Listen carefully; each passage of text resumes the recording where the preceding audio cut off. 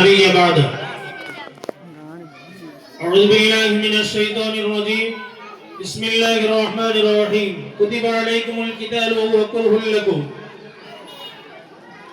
محترم दोस्तों बुजुर्गों আমরা এতক্ষণ মুফতি সাহেবের মূল্যবান কথা শুনছিলাম স্বাধীনতা সংগ্রামের ব্যাপারে আল্লাহ সুবহানাহু ওয়া তাআলা আল্লাহ রাসূল সাল্লাল্লাহু আলাইহি সাল্লামকে নবুয়তের পর থেকে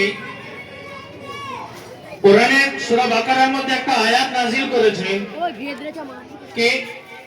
সত্যকে প্রতিষ্ঠিত করার জন্য এবং অন্যায়কে হামেশার জন্য নির্মূল করার জন্য তোমরা কি করো প্রতিবাদ করো বা তোমরা অন্যায়কারী জালিমদের জন্য তোমরা কি করো তোমরা তাদের সাথে যুদ্ধ করো তো আমরা মুসলমান ইসলাম সম্প্রদায়ের মানুষ আল্লাহ রাসূল সাল্লাল্লাহু আলাইহি সাল্লামের জামানা থেকে নিয়ে এখনো পর্যন্ত অন্যায়ের বিরুদ্ধে সর্বসময় গর্জে উঠেছে এর মাঝে যে ইংরেজ রক্ত পিপাসুরা হিন্দুস্তানে এসে হিন্দুস্তানের কচি কচি বাচ্চাদেরকে কত মায়ের কোল খালি করেছে কত নারীদেরকে বিধবা বানিয়েছে কত বাচ্চা দুনিয়ার আলো দেখার আগে মায়ের গর্ভেতে এতিম হয়েছে এর প্রতিবাদে মুসলমান সমাজ খাস করে ওলামা সম্প্রদায় এরা কি ইনারা ইংরেজদের বিরুদ্ধে গর্জে উঠেছে এবং তিনাদের বিরুদ্ধে ফতোয়া জারি করেছে যে ইংরেজদের শাসন বা ইংরেজদের স্বাধীন করার জন্য এই পরাধীনতার শিকল থেকে খোলার জন্য ওলামা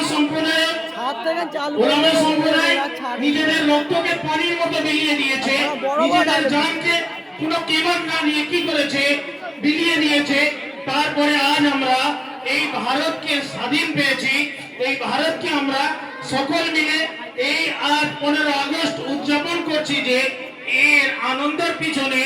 আমাদের পূর্বপুরুষদের অনেক অবদান আছে আজ যদি আমাদের পূর্বপুরুষদের অবদানকে মিটিয়ে দিয়ে আমাদের কাছ থেকে যদি সার্টিফিকেট চাওয়া হয় যে তোমরা হিন্দুস্তানি না তোমরা পাকিস্তানি তাহলে এর থেকে বড় দুঃখের বিষয় আর কিছুই হতে পারে না আর আমাদের পরের জেনারেশনের কাছ থেকে ইতিহাসকে মুছে দেওয়ার চেষ্টা করছে সত্য ইতিহাস যারা ইতিহাসে ঠাঁই পাওয়ার জায়গা জেনারে তাদেরকে ইতিহাসের পাতা থেকে নাম মিলিয়ে দিয়ে যারা দেশের জন্য এক ফোঁটা ধান জড়ায়নি তাদেরকে আজ ইতিহাসের পাতায় জায়গা দেওয়া হচ্ছে আর আমরা এখানে খুব খুঁজে বলে যেতে পারি যে হিন্দুস্তান স্বাধীনতার জন্য হিন্দুস্তানকে ইংরেজদের পরাধীনের শিকল থেকে খোলার জন্য মুসলমান সম্প্রদায়ের মানুষ যা রক্ত ঝরিয়েছে অন্য সম্প্রদায়ের কোনো মানুষ অত ঘাম ঝরায়নি এটা খুব খুঁজে বলে যেতে পারি যদি ইতিহাস ঘেঁটে দেখা যায় মুসলমান সম্প্রদায় সব থেকে এর জন্য কি করেছে জান দিয়েছে রক্ত ঝরিয়েছে তারপরে আজ আমরা ভারতকে স্বাধীন পেয়েছি যদি খাস করে ওলামা সম্প্রদায় যদি সামনে না আসতো আজও ভারতবর্ষ পরাধীনতার শিকলে আবদ্ধ হয়ে থাকতো সেই জন্য